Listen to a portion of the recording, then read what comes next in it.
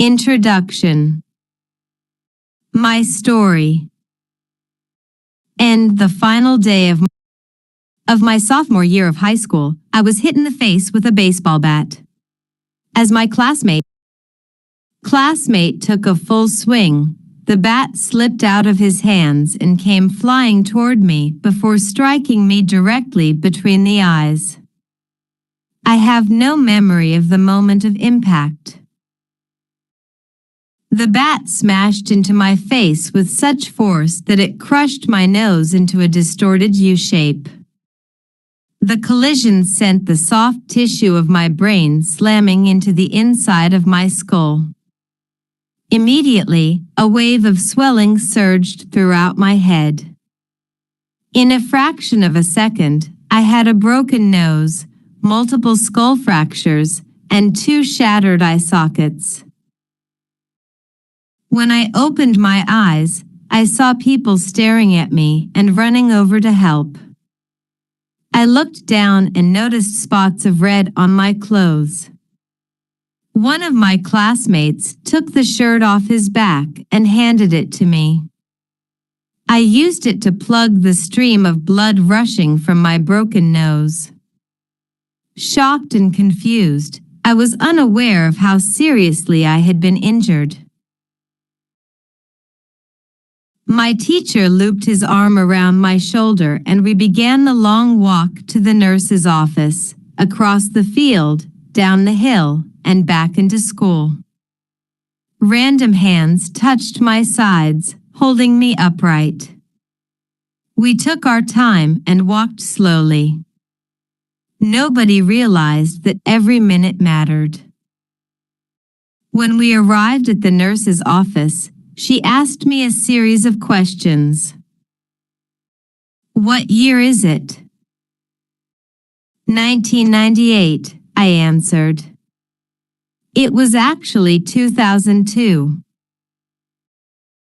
Who is the President of the United States?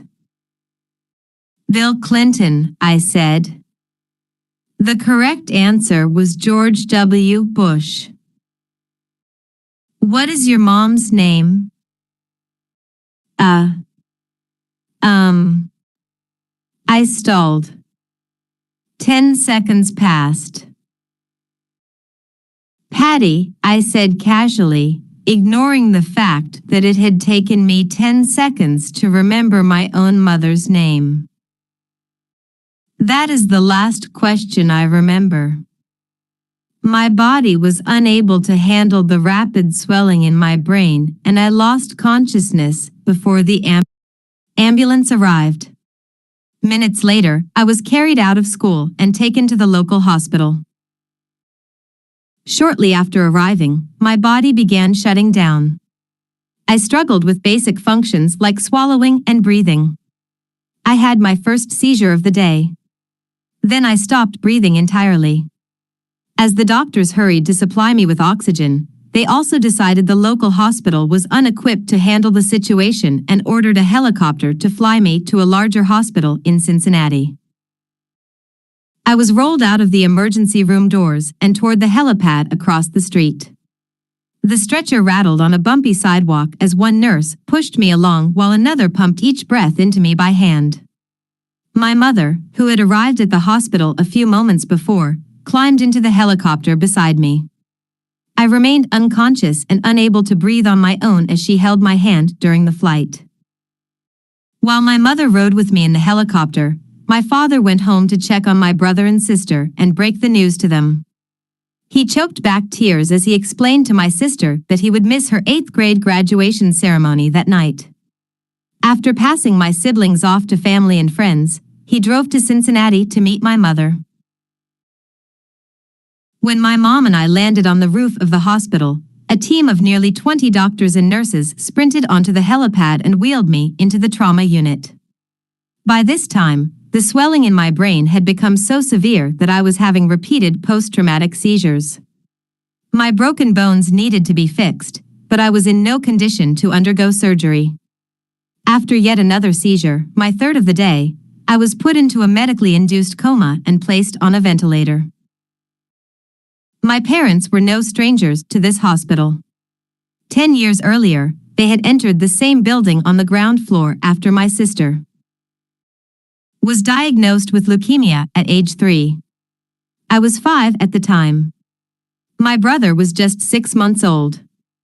After 2.5 years of chemotherapy treatments, spinal taps, and bone marrow biopsies, my little sister finally walked out of the hospital happy, healthy, and cancer-free. And now, after 10 years of normal life, my parents found themselves back in the same place with a different child. While I slipped into a coma, the hospital sent a priest and a social worker to comfort my parents. It was the same priest who had met with them a decade earlier on the evening they found out my sister had cancer. As day faded into night, a series of machines kept me alive. My parents slept restlessly on a hospital mattress. One moment they would collapse from fatigue, the next they would be wide awake with worry. My mother would tell me later, it was one of the worst nights I've ever had. My recovery. Mercifully, by the next morning my breathing had rebounded to the point where the doctors felt comfortable releasing me from the coma. When I finally regained consciousness, I discovered that I had lost my ability to smell. As a test, a nurse asked me to blow my nose and sniff an apple juice box. My sense of smell returned, but, to everyone's surprise, the act of blowing my nose forced air through the fractures in my eye socket and pushed my left eye outward. My eyeball bulged out of the socket, held precariously in place by my eyelid and the optic nerve attaching my eye to my brain. The ophthalmologist said my eye would gradually slide back into place as the air seeped out, but it was hard to tell how long this would take. I was scheduled for surgery 1 week later, which would allow me some additional time to heal. I looked like I had been on the wrong end of a boxing match, but I was cleared to leave the hospital. I returned home with a broken nose, half a dozen facial fractures, and a bulging left eye. The following months were hard. It felt like everything in my life was on pause. I had double vision for weeks. I literally couldn't see straight. It took more than a month, but my eyeball did eventually return to its normal location. Between the seizures and my vision problems, it was 8 months before I could drive a car again. At physical therapy, I practiced basic motor patterns like walking in a straight line. I was determined not to let my injury get me down, but there were more than a few moments when I felt depressed and overwhelmed. I became painfully aware of how far I had to go when I returned to the baseball field 1 year later. Baseball had always been a major part of my life. My dad had played minor league baseball for the St. Louis Cardinals, and I had a dream of playing professionally, too. After months of rehabilitation, what I wanted more than anything was to get back on the field. But my return to baseball was not smooth. When the season rolled around, I was the only junior to be cut from the varsity baseball team. I was sent down to play with the sophomores on junior varsity. I had been playing since age 4, and for someone who had spent so much time and effort on the sport, getting cut was humiliating. I vividly remember the day it happened. I sat in my car and cried as I flipped through the radio, desperately searching for a song that would make me feel better. After a year of self-doubt, I managed to make the varsity team as a senior, but I rarely made it on the field. In total, I played 11 innings of high school varsity baseball, barely more than a single game. Despite my lackluster high school career, I still believed I could become a great player. And I knew that if things were going to improve, I was the one responsible for making it happen. The turning point came 2 years after my injury, when I began college at Denison University. It was a new beginning, and it was the place where I would discover the surprising power of small habits for the first time. How I learned about habits. Attending Denison was one of the best decisions of my life. I earned a spot on the baseball team and, although I was at the bottom of the roster as a freshman, I was thrilled. Despite the chaos of my high school years, I had managed to become a college athlete. I wasn't going to be starting on the baseball team anytime soon, so I focused on getting my life in order. while my peers stayed up late and played video games. I built good sleep habits and went to bed early each night. In the messy world of a college dorm, I made a point to keep my room neat and tidy. These improvements were minor, but they gave me a sense of control over my life. I started to feel confident again. And this growing belief in myself rippled into the classroom as I improved my study habits and managed to earn straight A's during my first year. A habit is a routine or behavior that is performed regularly, and, in many cases, automatically. As each semester passed, I accumulated small but consistent habits that ultimately led to results that were unimaginable to me when I started. For example, for the first time in my life, I made it a habit to lift weights multiple times per week, and in the years that followed, my 6'4" frame bulked up from a featherweight 170 to a lean 200 pounds. When my sophomore season arrived, I earned a starting role on the pitching staff. By my junior year, I was voted team captain, and at the end of the season, I was selected for the all-conference team. But it was not until my senior season that my sleep habits, study habits, and strength training habits really began to pay off. 6 years after I had been hit in the face with a baseball bat, flown to the hospital, and placed into a coma, I was selected as the top male athlete at Denison University and named to the ESPN Academic All-America team, an honor given to just 33 players across the country. By the time I graduated, I was listed in the school record books in 8 different categories. That same year, I was awarded the university's highest academic honor, the President's Medal. I hope you'll forgive me if this sounds boastful. To be honest, there was nothing legendary or historic about my athletic career. I never ended up playing professionally. However, looking back on those years, I believe I accomplished something just as rare. I fulfilled my potential. And I believe the concepts in this book can help you fulfill your potential as well. We all face challenges in life. This injury was one of mine, and the experience taught me a critical lesson. Changes that seem small and unimportant at first will compound into remarkable results if you're willing to stick with them for years. We all deal with setbacks, but in the long run, the quality of our lives often depends on the quality of our habits. With the same habits, you'll end up with the same results. But with better habits, anything is possible. Maybe there are people who can achieve incredible success overnight. I don't know any of them, and I'm certainly not one of them. There wasn't one defining moment on my journey from medically induced coma to academic All-American. There were many.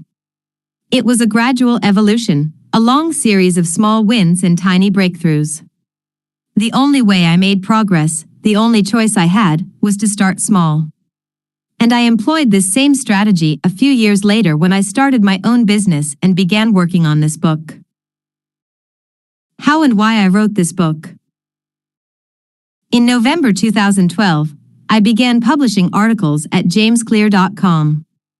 For years, I had been keeping notes about my personal experiments with habits, and I was finally ready to share some of them publicly. I began by publishing a new article every Monday and Thursday. Within a few months, this simple writing habit led to my first 1,000 email subscribers, and by the end of 2013 that number had grown to more than 30,000 people. In 2014, my email list expanded to over 100,000 subscribers, which made it one of the fastest-growing newsletters on the internet. I had felt like an imposter when I began writing 2 years earlier, but now I was becoming known as an expert on habits, a new label that excited me but also felt uncomfortable. I had never considered myself a master of the topic, but rather someone who was experimenting alongside my readers.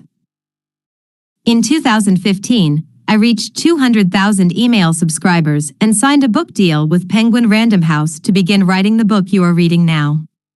As my audience grew, so did my business opportunities. I was increasingly asked to speak at top companies about the science of habit formation, behavior change, and continuous improvement. I found myself delivering keynote speeches at conferences in the United States and Europe. In 2016, my articles began to appear regularly in major publications like Time, Entrepreneur, and Forbes. Incredibly, my writing was read by over 8 million people that year. Coaches in the NFL, NBA, and MLB began reading my work and sharing it with their teams. At the start of 2017, I launched the Habits Academy, which became the premier training platform for organizations and individuals interested in building better habits in life and work. Fortune 500 companies and growing startups began to enroll their leaders and train their staff. In total, over 10,000 leaders, managers, coaches, and teachers have graduated from the Habits Academy, and my work with them has taught me an incredible amount about what it takes to make habits work in the real world. As I put the finishing touches on this book in 2018, JamesClear.com is receiving millions of visitors per month, and nearly 500,000 people subscribe to my weekly email newsletter, a number that is so far beyond my expectations when I began that I'm not even sure what to think of it. How this book will benefit you.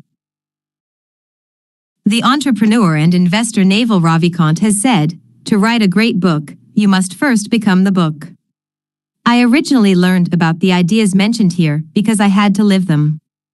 I had to rely on small habits to rebound from my injury, to get stronger in the gym, to perform at a high level on the field, to become a writer, to build a successful business, and simply to develop into a responsible adult. Small habits helped me fulfill my potential, and since you picked up this book, I'm guessing you'd like to fulfill yours as well.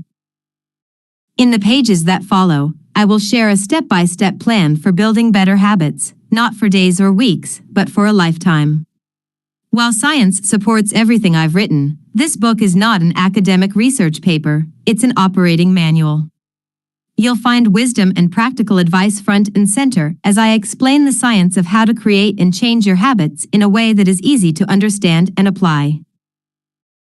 The fields I draw on, biology, neuroscience, philosophy, psychology, and more, have been around for many years.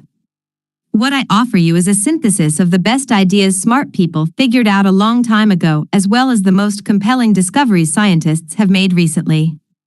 My contribution, I hope, is to find the ideas that matter most and connect them in a way that is highly actionable. Anything wise in these pages, you should credit to the many experts who preceded me. Anything foolish, assume it is my error. The backbone of this book is my 4-step model of habits: cue, craving, response, and reward, and the 4 laws of behavior change that evolve out of these steps. Readers with a psychology background may recognize some of these terms from operant conditioning, which was first proposed as stimulus, response, reward by B.F. Skinner in the 1930s and has been popularized more recently as cue, routine, reward in The Power of Habit by Charles Duhigg. Behavioral scientists like Skinner realized that if you offered the right reward or punishment, you could get people to act in a certain way. But while Skinner's model did an excellent job of explaining how external stimuli influenced our habits, it lacked a good explanation for how our thoughts, feelings, and beliefs impact our behavior. Internal states, our moods and emotions, matter too. In recent decades, scientists have begun to determine the connection between our thoughts, feelings, and behavior. This research will also be covered in these pages. In total, the framework I offer is an integrated model of the cognitive and behavioral sciences. I believe it is one of the first models of human behavior to accurately account for both the influence of external stimuli and internal emotions on our habits. While some of the language may be familiar, I am confident that the details and the applications of the 4 laws of behavior change will offer a new way to think about your habits. Human behavior is always changing, situation to situation, moment to moment, second to second. But this book is about what doesn't change. It's about the fundamentals of human behavior. The lasting principles you can rely on year after year. The ideas you can build a business around, build a family around, build a life around. There is no one right way to create better habits, but this book describes the best way I know, an approach that will be effective regardless of where you start or what you're trying to change. The strategies I cover will be relevant to anyone looking for a step-by-step system for improvement, whether your goals center on health, money, productivity, relationships, or all of the above. As long as human behavior is involved, this book will be your guide. The fundamental